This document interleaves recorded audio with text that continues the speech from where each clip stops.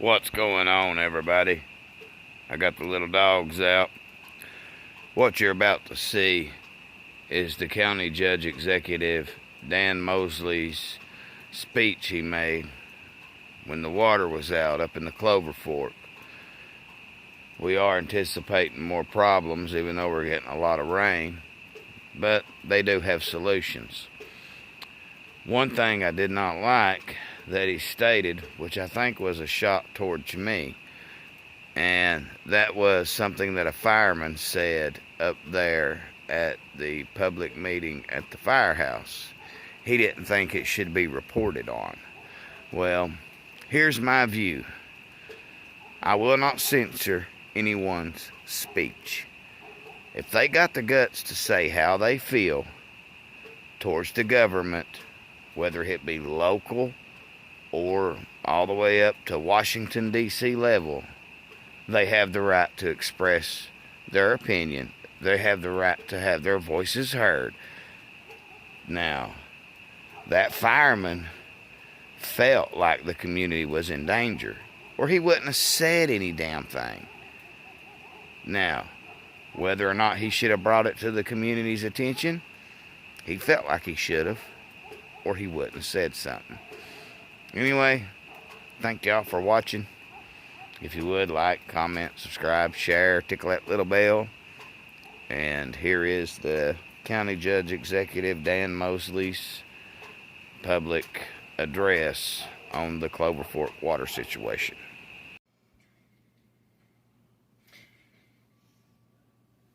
I'd be glad to.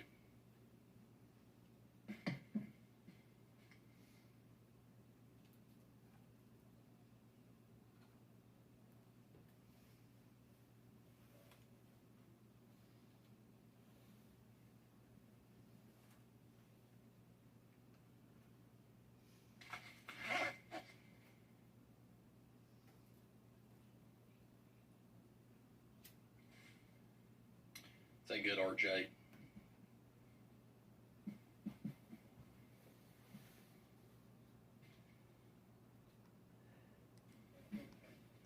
Test 1, 2. All right. Good afternoon, everyone. Thank you all for taking time to join us here at the Harlan County Courthouse today related to the state of emergency that continues in Harlan County related to the Cloverfork water outage situation. This outage has impacted continually residents above Shields and Harlan County from Llewellyn to Holmes Mill a lot. And I'm going to talk more in depth about that over the next little while. This is a situation that has also impacted other citizens as well throughout the county over the last couple of weeks.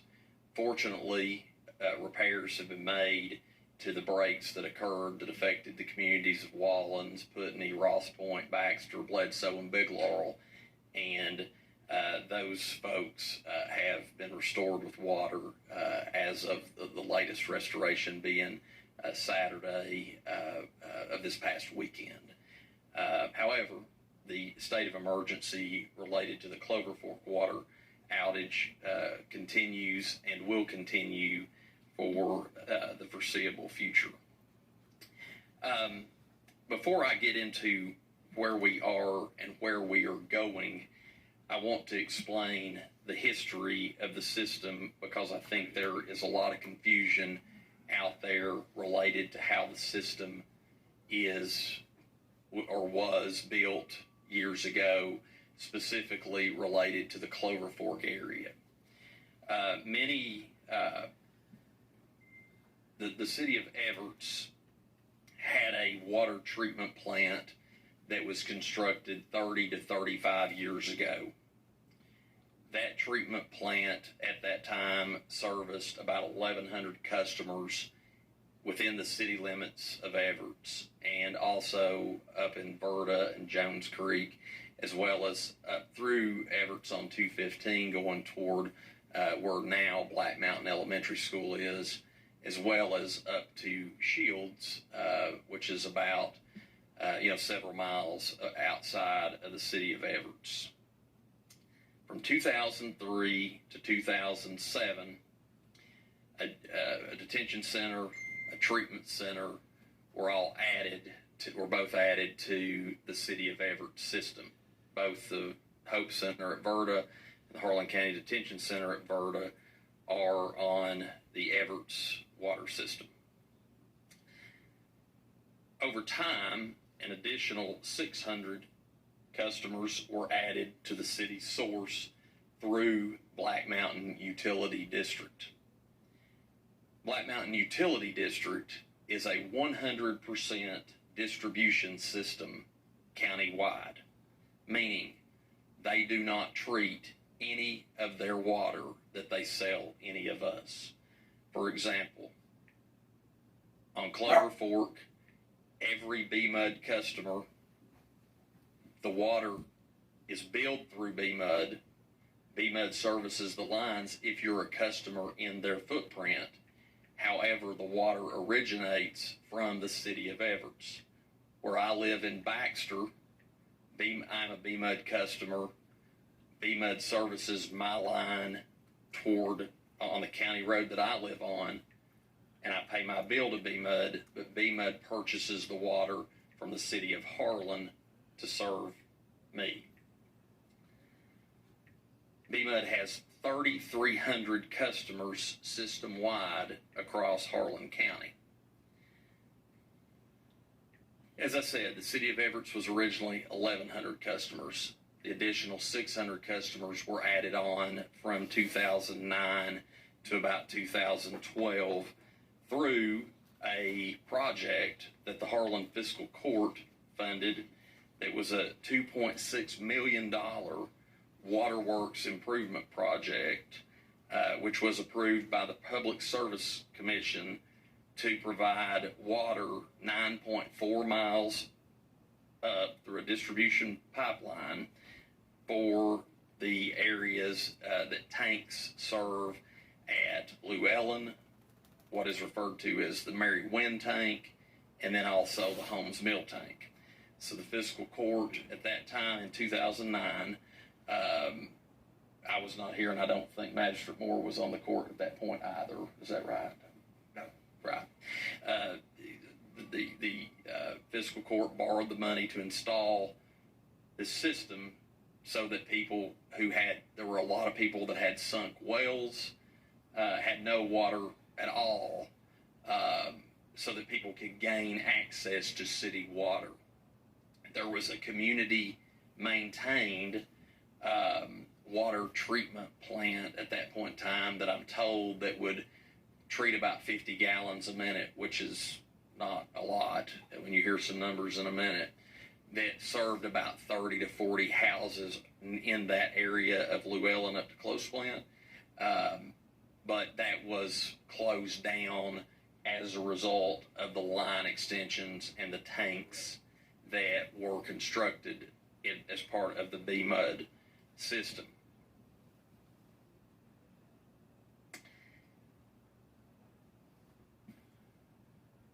Over the last 2 years, now that I've explained the history of the system and how it was constructed, I want to go back to the construction process itself.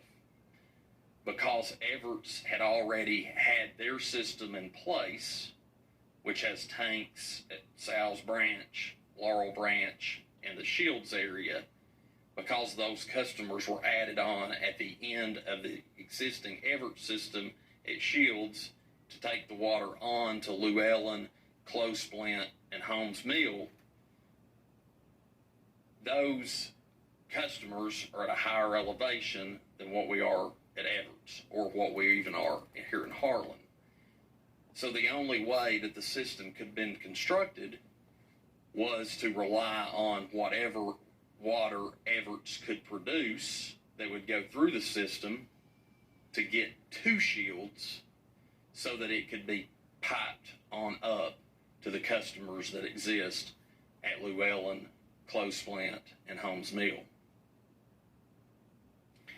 Meaning that Everts has to have water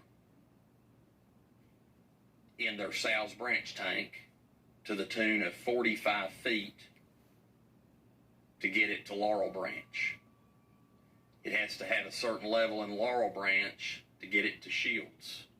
And Shields has to be at a certain level to get it to where B-Mud can pump onto Llewellyn and Close Flint and Holmes Mill, because that is a distribution system. About 2.5 years ago, Everett started noticing a decline in their source of water. They also not only noticed a decline in their mine source, they started noticing a decline in their well sources. The city of Everett at that time proactively attempted to drill additional wells and spent thousands of dollars to try to improve the flow going to their treatment plant. Keep in mind, this treatment plant was built 30 to 35 years ago and was only designed to treat the mine source and the well sources coming into the plant. In August of 2022, the sources declined to such a level that it caused the city of Everett from August through November of each year to not be able to meet the demand that the system was requiring. Their system, with the footprint inside the city limits as well as the footprint outside the city limits that they and Black Mountain Utility District serve. The city of Everett last year, after they made it through the hard times of August through November of 2022, the mine source and the well source picked back up from January through about July of 2023. During that time, there were only outages if there was a situation where there was a line break or telemetry failed on a tank and caused it to overflow. The outages were fewer from the winter, spring, and early summer months until drier conditions set in the fall. Everett's requested the Division of Water to pull water from the Cloverfork River at that time. They began doing this knowing that the treatment plant was never designed to treat muddy water. And any time a heavy rain would occur, the water would get muddy in the river. We've had a lot of mining and logging activity in our area. And as you all know, anytime we have heavy rain, we see our rivers turn muddy for a couple of days before they come back clear. But in order to meet demand, while they were seeking long-term solutions, that was the most immediate fix that the city of Everett could initiate to be able to meet the demands of the system. To meet the demands of the system requires an approximate 600 gallons a minute in normal circumstances coming into the treatment plant. The mine source originally produced 7, 8, I'm told even upwards of 1,000 gallons a minute at times years ago. However, over the course of the last 6 to 8 months, that has dropped to 30 to 150 gallons per minute coming in to the treatment plant. The wells would generate another 250, giving 300 to 350 gallons a minute coming in, which is well short of the 600 gallons a minute needed to service the system. The Division of Water authorized, as I said, the river pumps, but the muddy water is an issue every time it rains. Due to this being an interruption in life for people from Llewellyn to Holmes Mill, on more than 40 occasions for 3 to 7 days each occasion since August of 2022.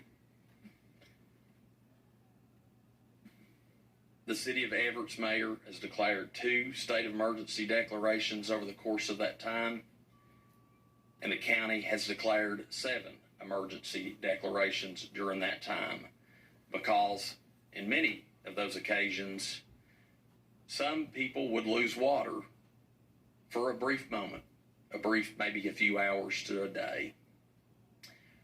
Others would seek pressure drops, murky water if they were having to fix a break, or the mud had overtaken the clear well. But the people from Llewellyn to Holmes Mill have suffered the greatest. And when I say suffered, I mean suffered. They have dealt without. I've talked to people who not only are elderly, people who are sick, people who are dialysis patients, people that have cancer, people that need to bathe a special needs child. It is heartbreaking, and it has agonized me for what you are going through day after day, not knowing whether when you get up every morning, whether your water is going to be on or not.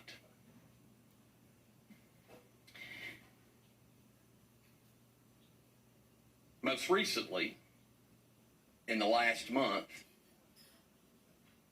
aside from the heavy rain incidents we've had, a mudslide near Holmes Mill has caused the Cloverfork channel to become muddier at times than it normally would have been during heavy rainfall. That mud coming out of one channel along Kentucky 38 literally has turned the entire channel muddy at times, that it has oozed into the creek at Cottle Lane. It's a very unfortunate situation that has caused a terrible situation to become even worse.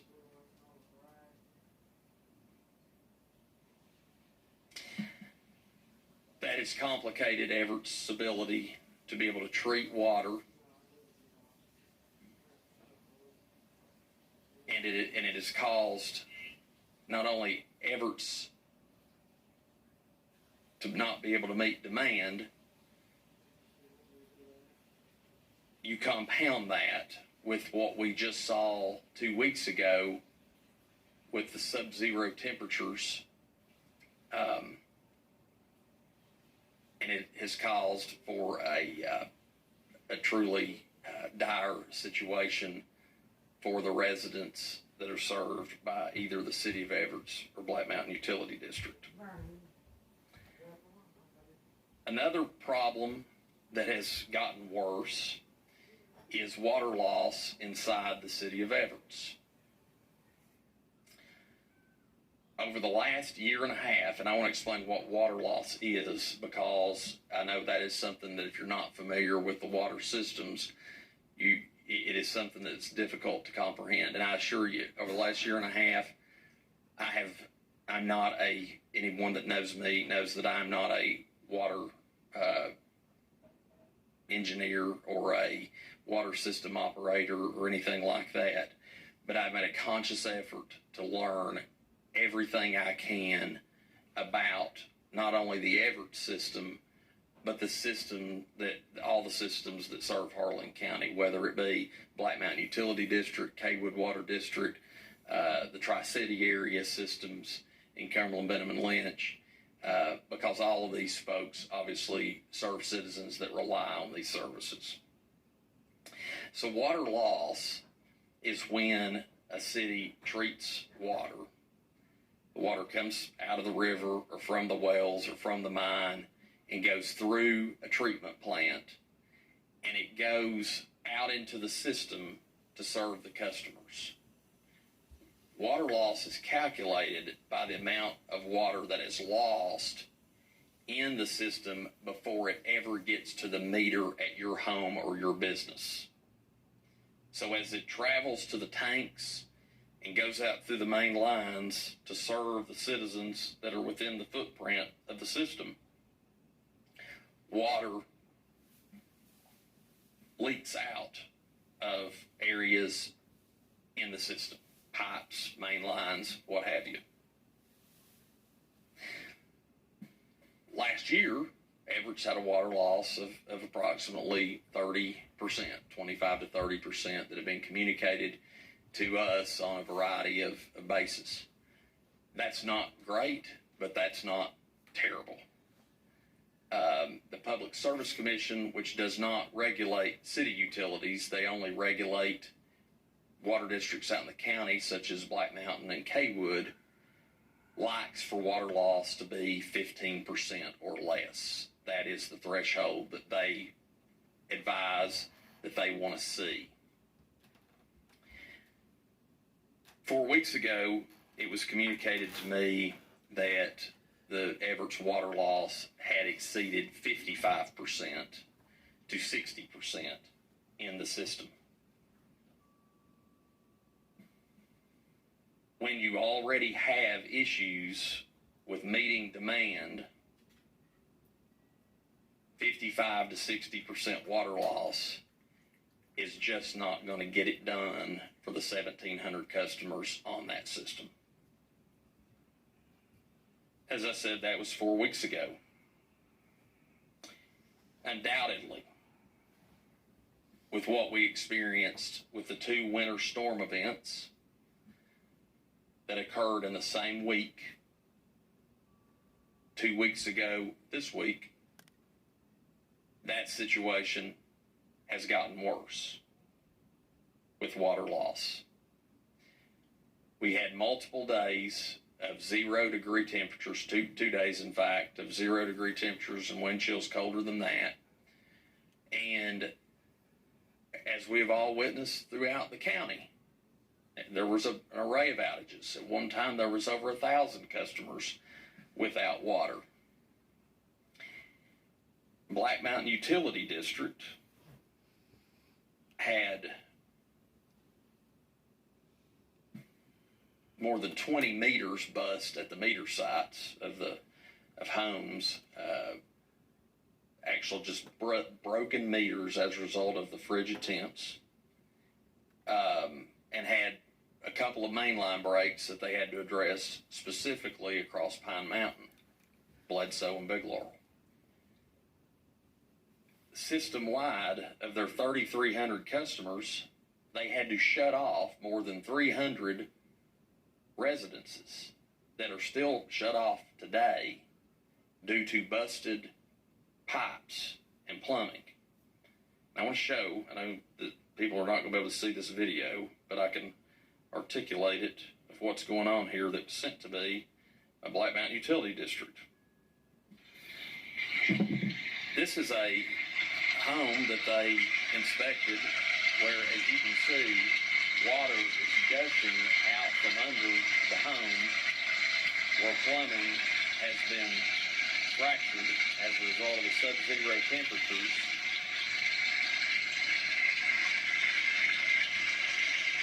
Pouring from the home. That was not the only one of those. That's just an example of what they have dealt with over the last 2 weeks in trying to restore water. So please, and this is really not even for the matter at hand related to Llewellyn to Holmes Mill, which is the subject of this briefing.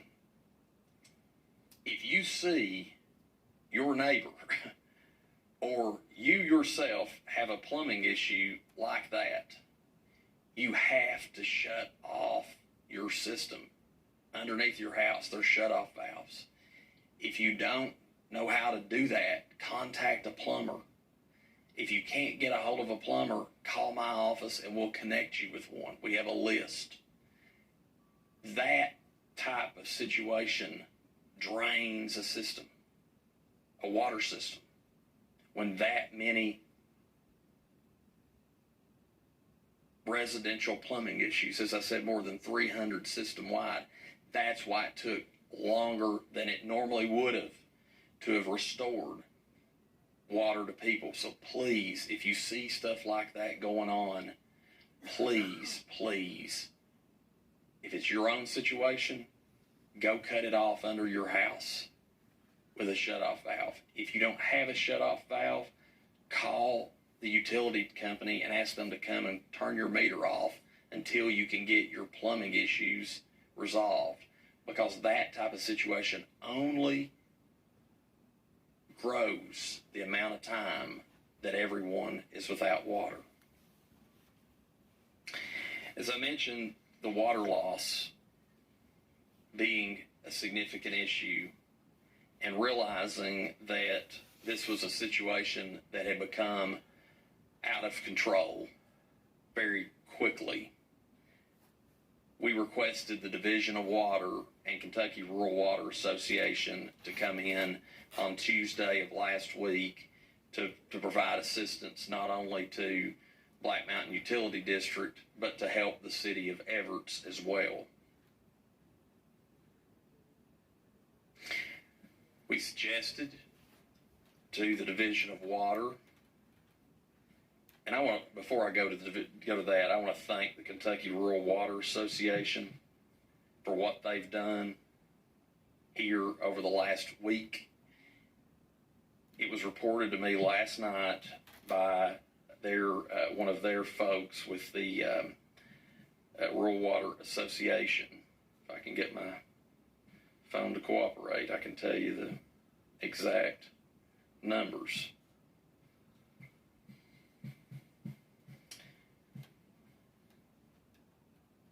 There had been 22 locations in the city of Everts where water loss had been addressed either by turning off meters or excavation repairs. And those repairs alone had regained 120 gallons per minute back into the system, which is pretty sizable.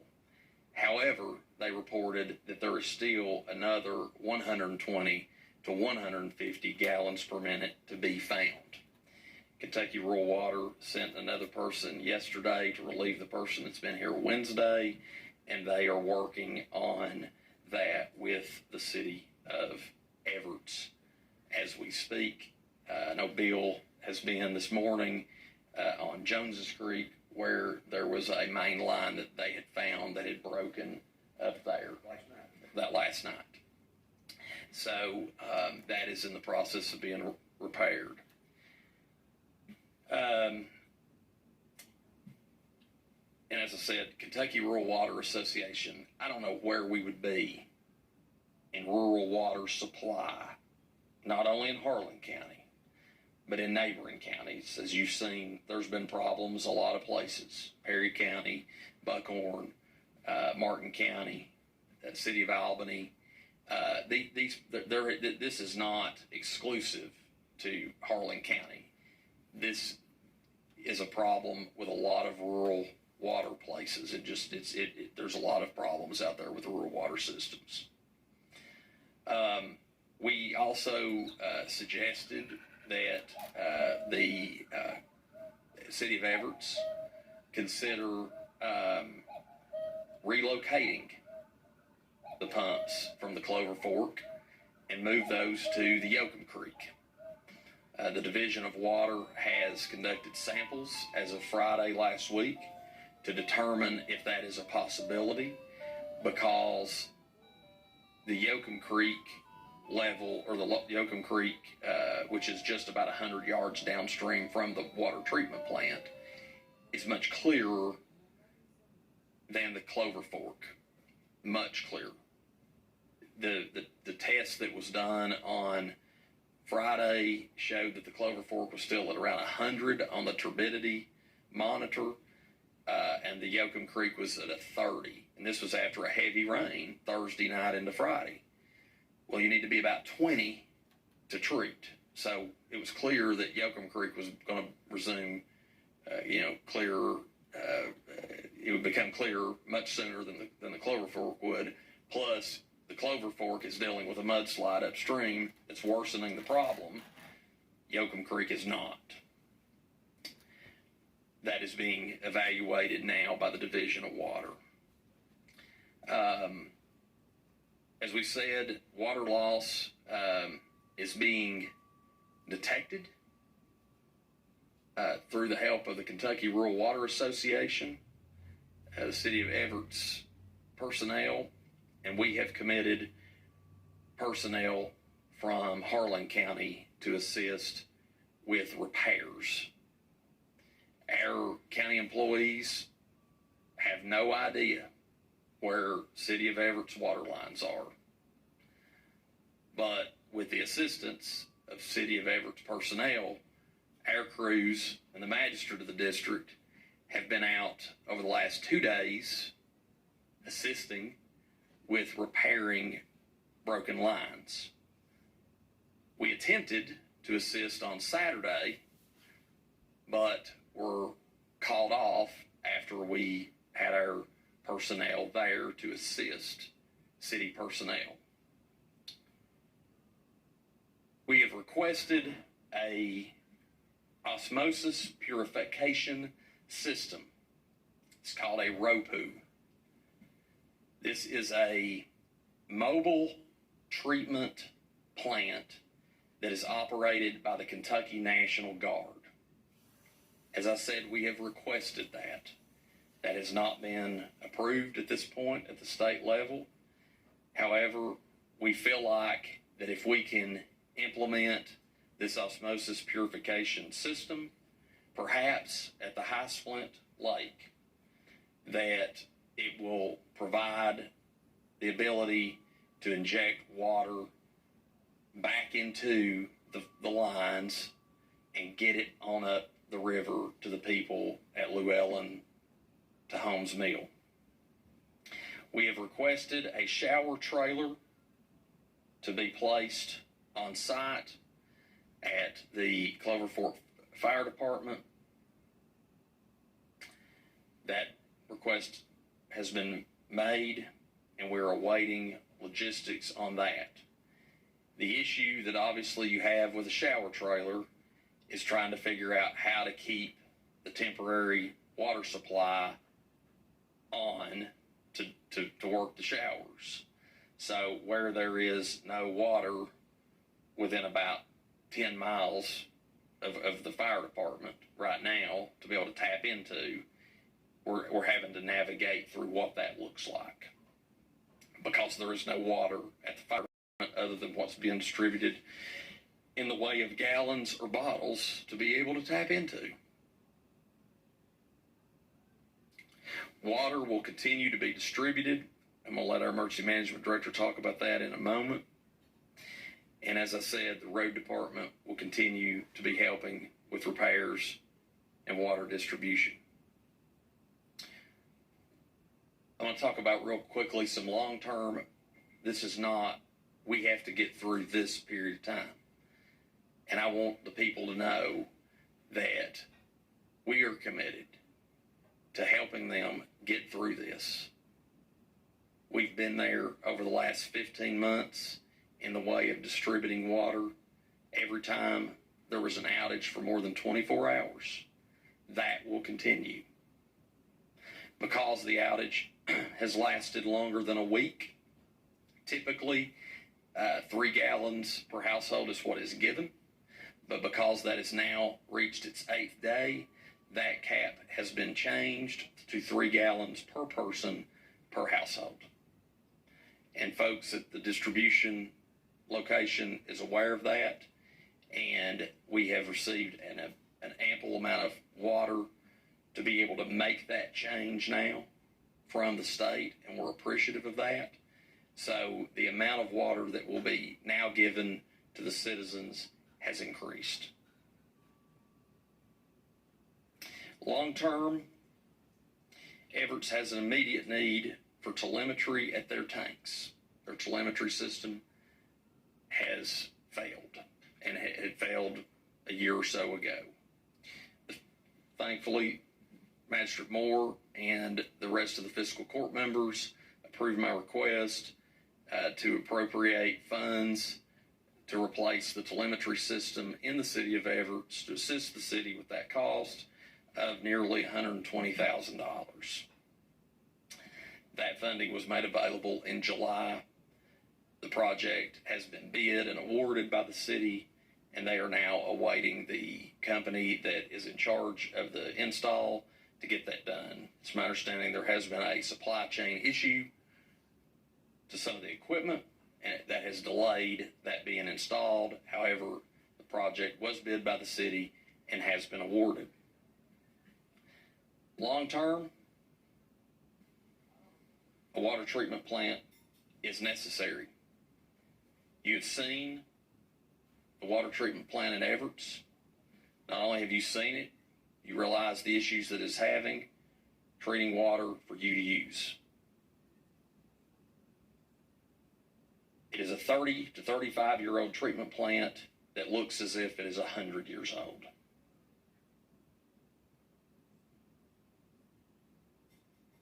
Grants have been applied for that purpose by the city through the Abandoned Mine Land AMLR program, Abandoned Mine Land Economic Revitalization Program. Both of those were denied over the last 2 years. Funding was applied for through the Direct Abandoned Mine Lands program. It was denied. There was an appeal filed. The appeal is under review, and it is my hope that that appeal will be overturned and that Everett will qualify for a treatment plant through that fund. If it does not, Senator Turner and Representative Bowling have both been very engaged in this situation over the last year and have requested that a budget line item request be filed. It will be filed with the Senate Appropriations Committee this week as the state is crafting a new budget for the next biennium. I sent the request on Friday to be completed, and it is roughly an $8.5 million request for a treatment plant. A storage tank is also needed for capacity in the interim.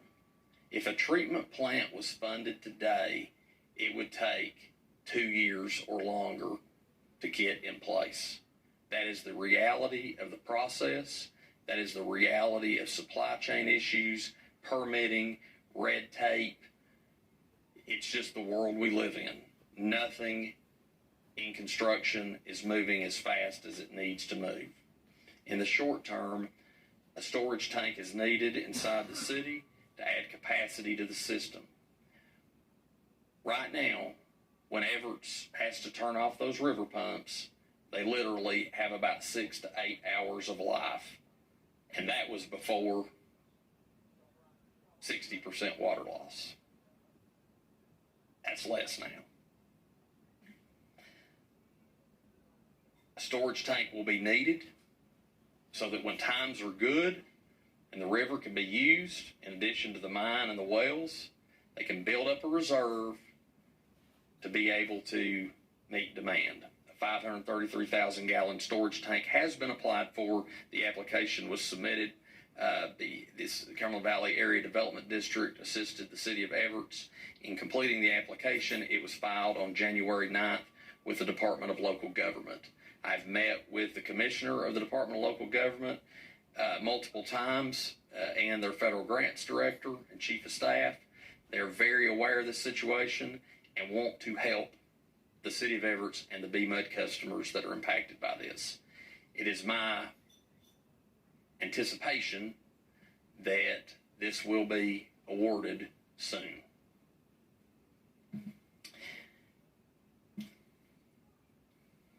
I believe there needs to be significant line replacements occur inside the city, as evidenced with the situation that we're in right now. There needs to be significant focus on leak detection. That is the most immediate thing the city can do to be able to ensure that this nightmare goes away. When the water loss was 25 to 30% and there was only 400 gallons a minute coming in, it was difficult or nearly impossible to meet demand. The mayor shared with me Saturday. He and I talked for a very long time Saturday, and my heart goes out to Mayor Manning because he's dealing with serious illness and he needs everyone's prayers. He is continuing to operate the city, and he and I have a close friendship and mutual respect on how things need to go, and a mutual understanding. But water loss has to decrease, and the only way it can decrease is that we aren't just looking for leaks during disasters. We aren't just looking for leaks in crisis. Leak detection has to occur every day, not only in the city of Everett, but in every water system in Harlan County and beyond. The city of Everett literally is bleeding internally. It does not matter if there is a treatment plant that is brand new that falls out of the sky, or a storage tank that is built within 6 months that I think is a possibility. If the system is bleeding internally, no matter how much water is treated, it is going to run out onto the ground or into the creek and not ever make it to your home. Leak detection has to be a top priority now and in every day beyond.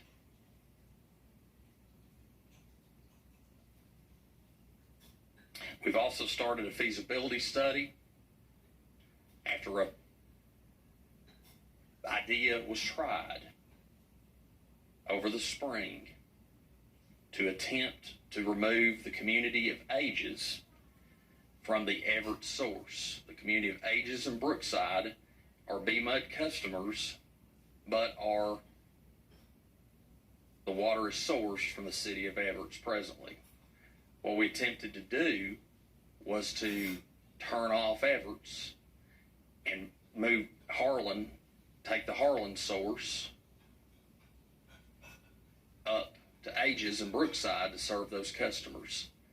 In an attempt, by pulling that off, the usage from Ages keeps that water in the system to help everyone else up the river. The Ages system uses about 500,000 gallons a month. Trying to keep 500,000 more gallons in the system would be a benefit to the people up the river. The question has been asked many times, why can't Harlan just run to Everett's? As I just said, that was tried this spring. Harlan does not have the capacity in water supply to be able to service anything beyond Ages. They're not certain, even in times that we're in now, that they would have the capacity, because they service all of their city municipal customers. They have an interconnect contract with the Kaywood Water District that services Catrins Creek, and they also provide water to Black Mountain Utility District for 2,600 other customers throughout Harlan County. It's a big footprint.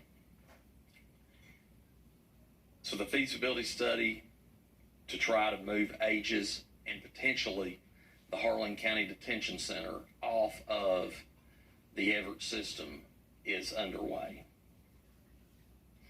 If we were to move Ages and the jail, it would be about a little over 1 million gallons that could be kept in the Everett system.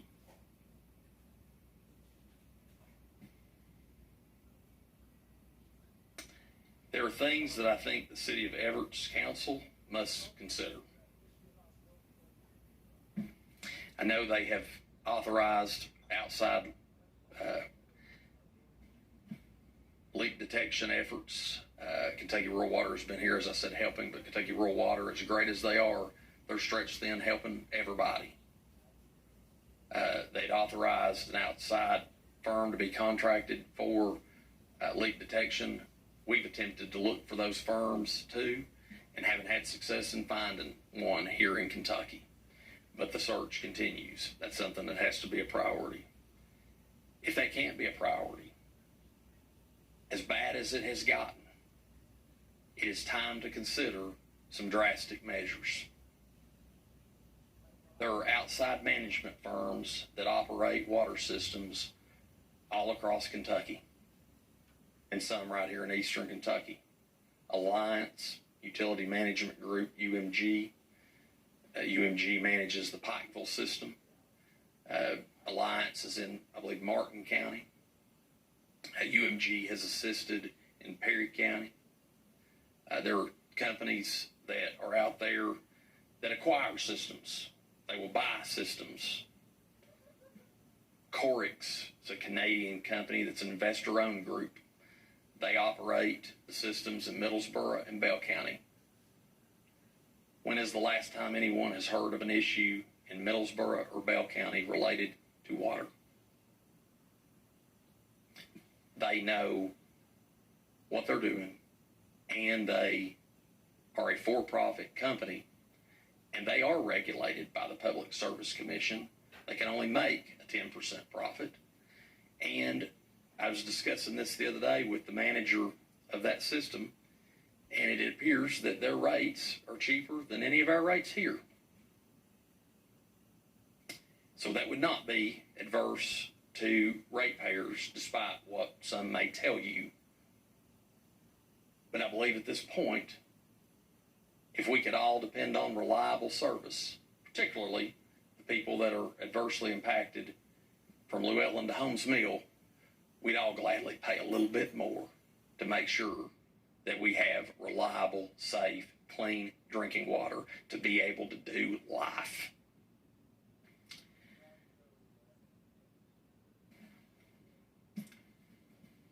I would hope that the City of Everett will consider all alternatives readily available. I've read the contract multiple times. Although the amount of water that is being sold to Black Mountain Utility District pursuant to that agreement is being met, there are times that it has not been. And the other stipulation of that agreement is that it provides reliable, sustainable water. And that is not occurring. And pursuant to that agreement, it has to.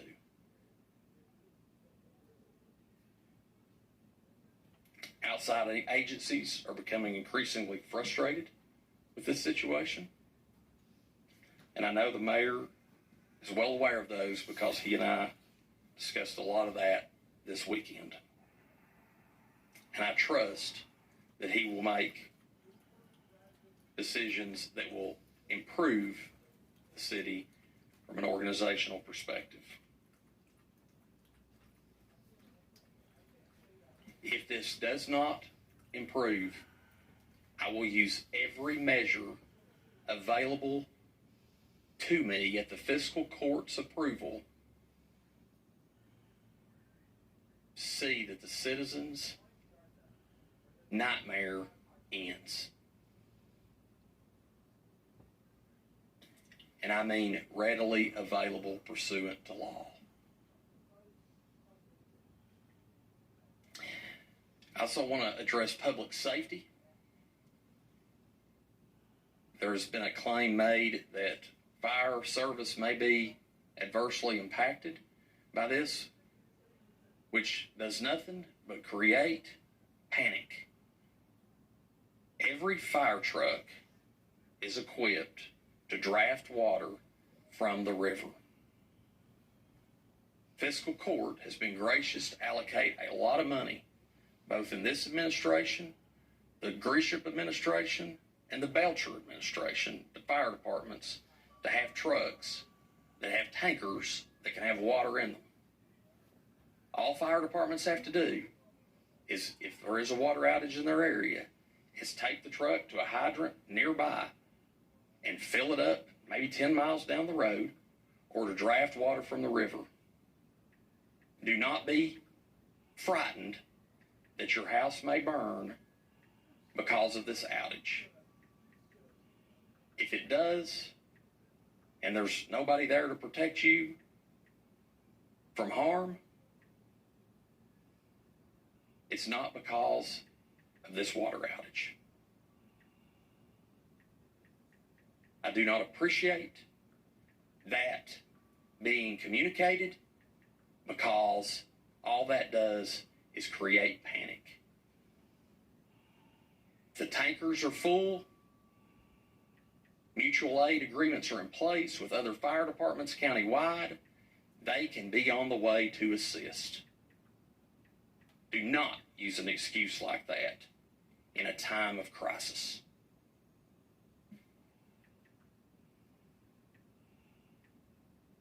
There are issues that I wish I had more control over. I do not have a magic wand. I do not control anybody that works in the city of Everett or the Black Mountain Utility District. We appoint board members for the utility districts, Black Mountain and Kaywood, and that's it. We help them find funding for projects as they identify the need. As it goes with the cities, we've assisted in attempting to find funding or helping with the Cleaner Water Grant Program that was established by the governor and the legislature a few years ago. There has been money allocated to Black Mountain Utility District and the city of Everett for that. There's been criticism about where did the money go? The money's still in Frankfurt. The city of Everett received $500,000 for wastewater. That's not for city drinking water. That's for sewage treatment services. There's a difference. Wastewater is sewer. That's what they got money for. Water is the municipal water system. But there are jurisdictional boundaries. We had problems with Kaywood several years ago. Those problems were largely in part corrected. I realize there's going to be outages. My house was out 4 times last year. That it happens. It's something. It's an inconvenience. This is not an inconvenience. This is an emergency. What these people are dealing with.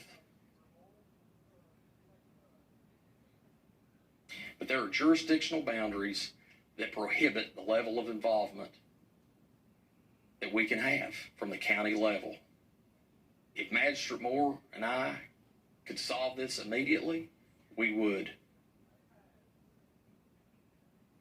But we are here to assist the city of Everett through this process to get people restored, but expect accountability and expect that every measure known to man will be implemented. Sometimes government entities have to borrow money. If you don't have it to address what's wrong in your system and you're not willing to borrow the money, then get out. Resign. I don't like borrowing it either. I don't like the thought of raising rates or taxes. But we have a duty to provide a service to the people when we took that oath. That'll conclude my remarks, and I'm going to turn it over to David McGill, our Emergency Management Director, to talk about the emergency management request process and the water distribution within up at Cloverfork Fire Department.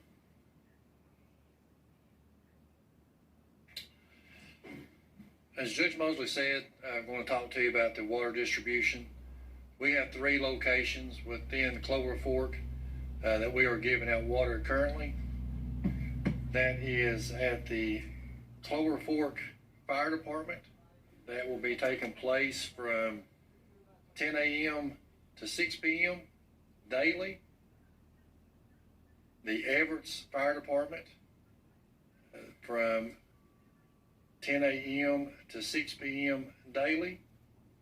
And then the Yoakum Creek Fire Department, they are giving water out from 11 until people stop coming. As Judge Mosley also alluded to, is we have requested several things within the county to try to make this situation a little bit better for the citizens of Cloverfork. A lot of these processes it starts with the local emergency management, and then we have to initiate the state level emergency management, and then it passes up to the National Guard or other logistics personnel within Kentucky Emergency Management. Those things have been requested today as far as the osmosis system with the Kentucky National Guard, and then also we've requested more water to be here tomorrow and following throughout the week. And we're very grateful for their help, because otherwise we would not have been able to do a lot of this. The fire departments have been tremendous with helping with water distribution, calling on them. Many of these volunteers work, and we are very grateful for their help and their service.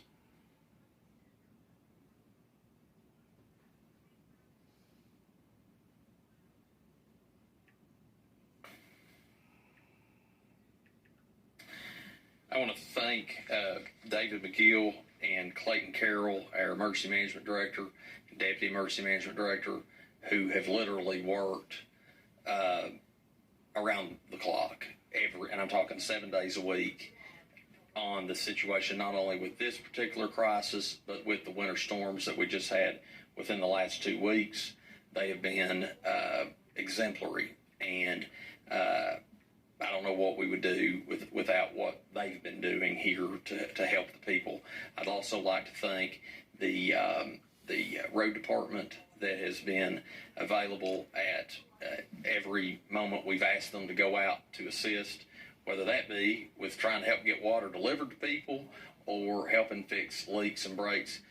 Unfortunately, we didn't get to use them until the snow emergency ended, because, as you are all aware, we cleared snow for 6 and 7 days week before last. So that week they were obviously available, tied up with those responsibilities related to the 1,500 county roads that we're responsible for.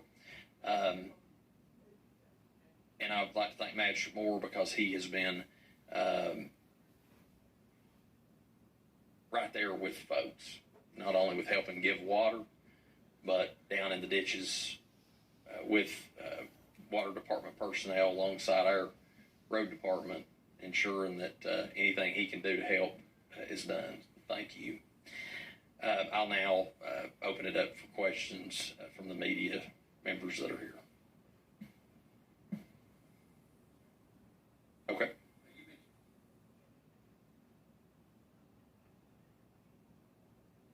Yes. Yeah. I sure be glad to, and I apologize for not. So telemetry, best way to classify it is when we go to the doctor or we get put in the hospital and they put this stuff all over us to know how many, beats a minute our heart's going or what our blood pressure is. Well, it's the same type of aspect, but as it relates to a water tank. So the telemetry is where you can see on a computer, like right now, people use Dexcom on their arm for diabetes to know what their sugar is. Very similar thing. Well, in the water system, telemetry is literally on the tanks that communicate back to water department personnel how much water is in a tank at any given time. And as that water is in the tank and drops, if it starts dropping at an alarming rate, it notifies the water department so that they can go shut it off to keep from losing all the water in the tank out in the system. That's what that does. And it's invaluable. Black Mountain Utility District had lost their telemetry for a brief period of time last week due to the winter storm event. There was a power outage at the tower site where that was at, And we were fortunately able to get the road cleared by a dozer. It's all the way up at the top of a mountain to where they could get up there to reset it. Because literally the water districts like Black Mountain, they've got 17 tanks countywide in their system. And they don't have enough personnel to go manually be able to see what an issue is unless somebody calls and says there's a tank running over or I ain't got water. That's the only ways they're going to know if it's empty when the telemetry's down. So the telemetry is literally the eyes of the water department. They have it. It's my understanding that it had failed or doesn't work. Yeah, maybe failure might be a little bit extreme of a word, but they needed new telemetry to be able to know exactly what. And I think Bill was looking at something the other day and was asking, so it looks like you got plenty of water in this tank. He said, no, that ain't right. The plant operator said that don't work. Yeah, false reading. False reading. It's not accurate. It's not working. But so the new telemetry will be a big benefit to them to keep water in the system that actually makes it to the tank.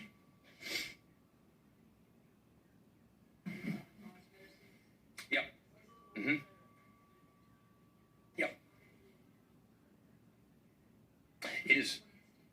Yep. So we, of course, declared a state of emergency related to the Everett's water situation on January 14th. And that was the 7th declaration that has been done as it relates to the Everett's water system. Of course, we're here 2 weeks beyond that original declaration. And although water came back on at a period of time, it went back off again. But it is a process that we submit up to Frankfort through Kentucky Emergency Management. I had a phone conversation this morning with the Adjutant General, who I've got to know about how that works. They've not used it in quite some amount of time, but our goal would be, if we can get a system like that here, to be able to possibly use maybe High Splint Lake. I don't know. They might even want to use it at the river source on up. It's my understanding that these systems can treat muddy water or clear water. So, but as a measure to try to get people some relief, like I said, this is the longest that people have been without. But it is not the only time. This is well over 40 times. This is what I would say, to citizens who were frustrated by the outages last week that occurred as a result of that. I talked to someone the other day and I said they were frustrated, and they asked me, they said, why does this happen? I said, well, we have sub-zero temperatures, there's line breaks. I mean, things like that happen in times. It happened last February. I mean, we're seeing more of this type of sub-zero temperatures impact us throughout winters, and that's hard on systems. But I said, how long has it been since your water had been out prior? And she said, it's been about a year and a half. Well, those folks had been a week and a half. I mean, I'm not saying to be thankful that your water's out, but when it's been out one time in a year and a half, that's a lot to be thankful for, because that's not existed up there. And I'm just, I've been very clear throughout the process of trying to assist that if I felt like something more needed to be done, I'd say it. And I haven't felt that way until about 8 weeks ago. And as things have worsened over the last 8 weeks, that's why it's come to a head over the last week.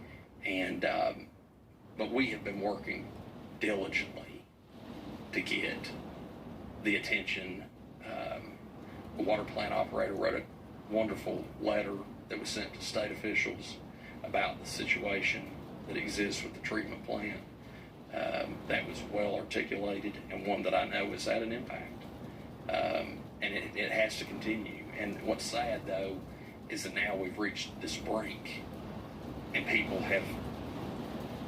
are going, they got it for 4 days, and they don't have it for a week, or 8 days, or 10 days, or 2 weeks. I mean, this is the United States of America. This is the 21st century, and I believe that water is a basic human right, and it's the thing we pay the least for in life that we depend on the most. Any other questions? Yep. Yep. Yep.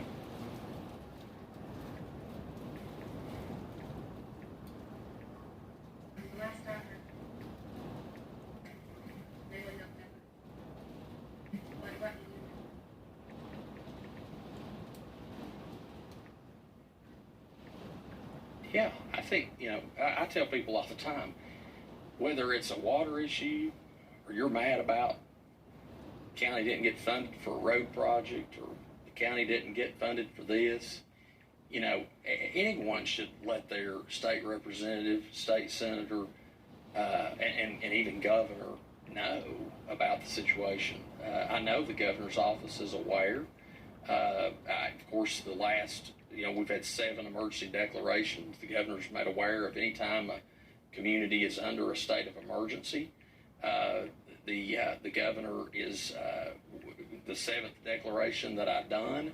I personally emailed that to multiple members of the administration, including folks in the governor's office, because the situation heightened even more so than it already was, as bad as it was. Everett's can't drink muddy water. People are going without water.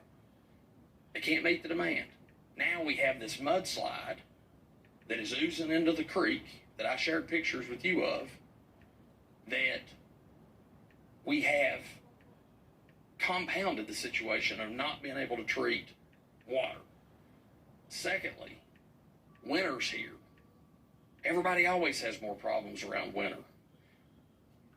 But when your water loss goes from 25 to 30% to 55 to 60% before sub-zero temperatures, it's just going to get even worse when those things happen. So as a matter of please help, grants are filed. It's going to take that partnership with the state and the federal government. I've met with Congressman Rogers and his staff. I've talked with Senator McConnell's field rep. I've talked to the Energy and Environment Cabinet Secretary. I talked to the Division of Water. I talked to the Department of Local Government. All these entities that will help us. But there's things that prevented them from helping Everett's prior to now. And those things are called audits. You have to have audits complete to qualify for certain types of funding. And that's one of the reasons the engineer had only applied for the AMLR grants, because they didn't, but now those are current. So now they have the ability to qualify for those funds. So that we need that help. The more they can communicate the need for that help, if that means going to Frankfurt, if that means making calls if they can't go, or emailing to say, hey, I'm a resident of Holmes Mill, Kentucky, and I've been without water on 40 different occasions for the last 18 months, and I need help, and my community needs help. What I can tell you, that is not an option. They will not be funded. This will not be able to be funded or permitted by the Division of Water. I've heard talk about why can't we have our own treatment plant here. There's 200 customers on that system that they're actively trying to convince municipalities that have 400 and 500 customers to combine. They're not going to fund a treatment plant for 200 customers. And if Black Mountain Utility District said, we're going to borrow $8 million to build one, then that would translate right to the ratepayers, and that debt service could not be sustained by 200 people on that system. That's not a possibility. This has to be fixed through the city of Everett's.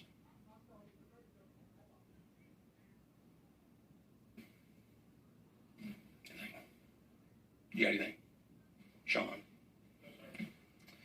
That'll conclude our remarks. We will update through the Harlan County Emergency Management Facebook page as this situation continues to evolve related to water distribution, the requests that have been made to assist the community through other efforts such as community showers, and what it will look like related to if we're able to secure some type of mobile water distribution. We certainly hope that those requests get approved, and we would be grateful to the state for any assistance that they can provide to help our residents get through this very difficult and dark time. But we just know we are here for you. If you have a need, you call us. My office is 573-2600. The emergency management number is 573-6082. If you can't get out to get water and somebody can't bring it to you, you call and we will make sure it is taken to your doorstep. If there is a need, you let us know. Thank you, and God bless you. And you are on my heart and mind and in my prayers during this difficult time. Thank you.